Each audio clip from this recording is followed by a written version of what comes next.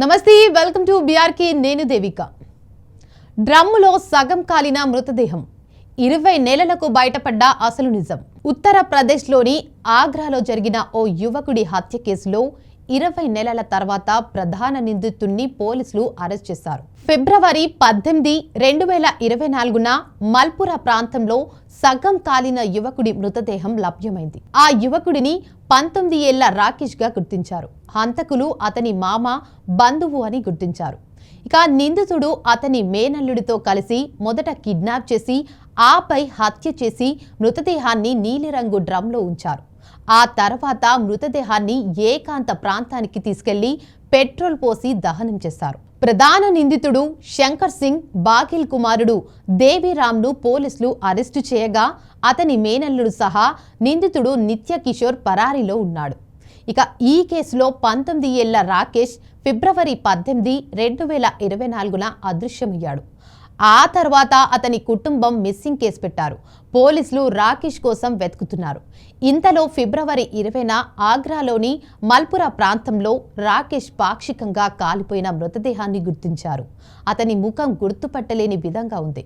సంఘటనా స్థలం నుండి యువకుడు బైక్ను కూడా స్వాధీనం చేసుకున్నారు. పోలీసులు మృతదేహం తప్పిపోయిన వ్యక్తి తల్లికి DNA పరీక్ష నిర్వహించారు.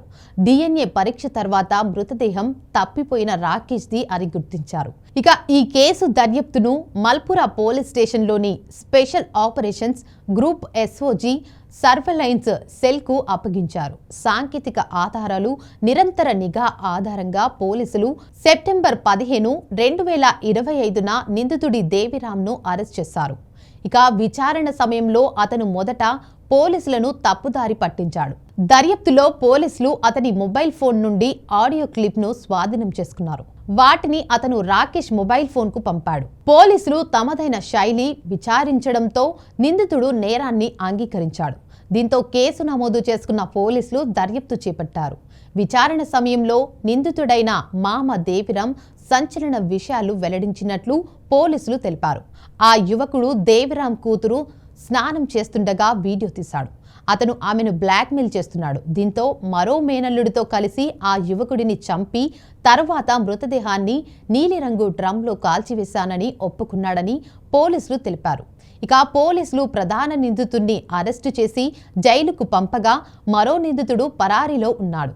అతని కోసం గాలింపు చర్యలు కొనసాగుతున్నాయి. ఇక విచారణలో నిందితుడు రాకేష్ తన బావమరిది కొడుకు అని వెల్లడించారు.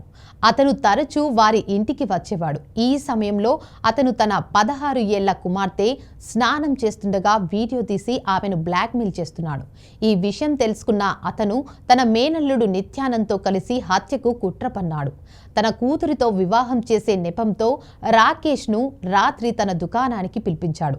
ఆ తర్వాత మఫ్లర్ వైర్తో గొంతు కోసి చంపాడు. హత్య చేసిన తర్వాత అతని మృతదేహాన్ని నీలిరంగు డ్రమ్లో వేసి లోడర్ వాహనంలో వేసి సయ్యాలోని నది ఒడ్డుకు తీసుకెళ్లారు. అక్కడ డ్రమ్లో పెట్రోల్ పోసి అతని శరీరాన్ని తగలబెట్టారు.